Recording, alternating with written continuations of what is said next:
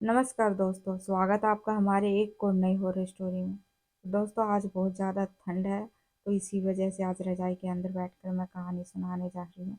तो इस कहानी को सुनते सुनते आनंद लीजिए और आप कमेंट में बताना कि आपको ये कहानी कैसी लगी। और आज की जो कहानी है वो बहुत ही ज़्यादा डरावनी और बहुत ज़्यादा खौफनाक है। आज की कहानी एक ऐसे बस स्टैंड की है जिसके बारे में सभी लोग बताते हैं कि वो बस स्टैंड भूतिया है। उन लोगों ने अजीब अजीब सी बातें और बहुत ही डरावनी कहानियां उस बस स्टैंड के बारे में बता रखी हैं। वो बताते हैं कि उस बस स्टैंड पर एक बस आती है रात को। पर जब बस स्टैंड से बाहर जाकर सभी देखते हैं तो वहां पर कोई भी बस उन्हें नजर नहीं आती।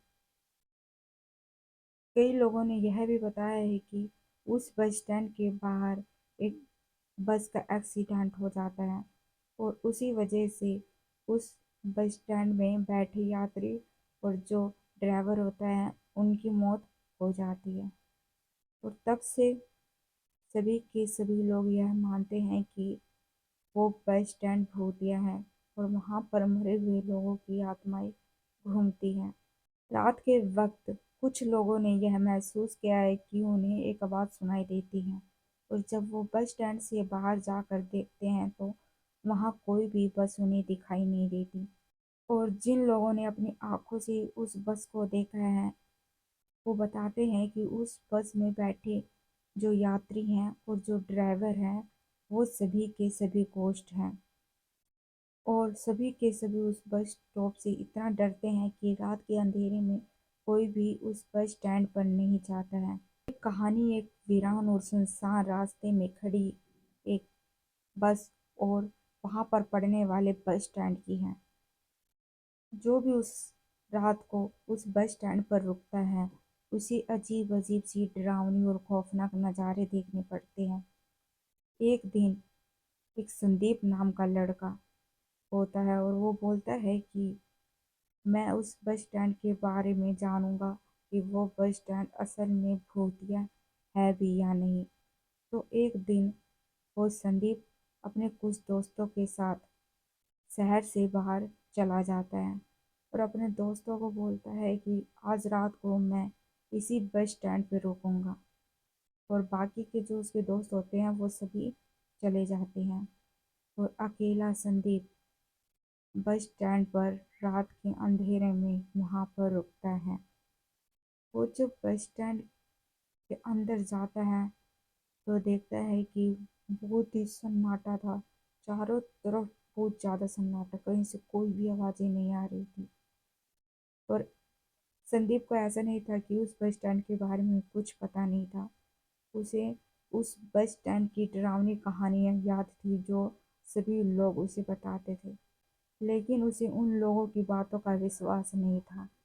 तो इसलिए वो उस बस स्टैंड पर आता है और रात के वक्त वहां पर रोकने का फैसला करता है और जानना चाहता है कि रात को यहाँ पर कुछ अजीब सी घटनाएं होती भी है या नहीं। तो जब बस स्टैंड के अंदर संदीप जाता है रात के अंधेरे में बिल्कुल सुनसान, तो वो देखता है कि वहां पर एक बूढ़ा आदमी मेज पर बैठा हुआ है। वो उस बूढ़े आदमी के पास जाकर पूछता है कि क्या आप भी रात को इसी बस स्टैंड पर रुकने वाले हैं। तो वो बूढ़ा आदमी कुछ नहीं बोलता और अपने सर को नीचे की तरफ झुका लेता है। और फिर दोबारा से संदीप उसके बिल्कुल पास चला जाता है और उसके बॉडी को टच करके उसको हिलाकर पूछता है कि क्या आप भी रात को बस स्टैंड पर रुकेंगे। तो वो बूढ़ा आदमी फिर से कुछ नहीं बोलता और उसके शरीर में कोई हलचल भी नहीं होती है। तो संदीप सोचता है कि शायद ये थका हुआ होगा, तो मैं इसे ज़्यादा डिस्टर्ब नहीं करूँगा। तो वो ज़्यादा उसे परेशान नहीं करता और जाकर अपनी सीट पर चुपचाप बैठ जाता है। बैठकर वो फ़ोन चलाने लगता है। फ़ोन थोड़ी देर फ़ोन जैसे ही चलाता है उसे उसके कानों में एक आवाज़ आने लगती है।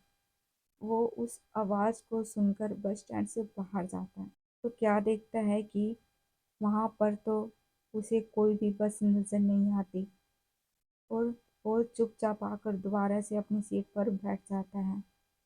और उसके कुछ देरी बाद फिर से संदीप के कानों में अब आवाज बहुत ही ज्यादा आने लगती है और ऐसा लग रहा था जैसे कि कोई बस आ रही हो।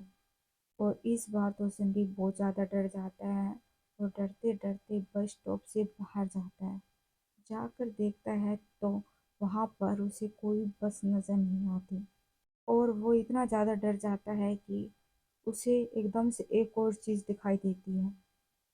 वो देखता है कि जो उस बस स्टैंड पे वो बूढ़ा आदमी बैठा था, वो बूढ़ा आदमी खड़ा हो जाता है और बस स्टैंड से जैसे ही बाहर आता है तो एकदम से हवा में गायब हो जाता है।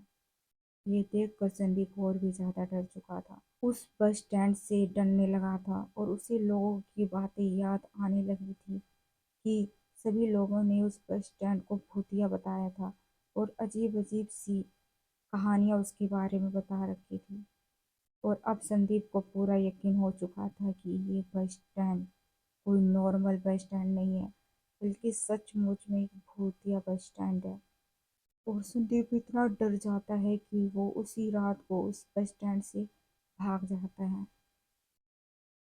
और थोड़े दिन बाद संदीप को यह बात पता चलती है कि जो उस बस स्टैंड पर जो बूढ़ा आदमी बैठा था वो कोई बूढ़ा आदमी नहीं था, बल्कि एक आत्मा थी।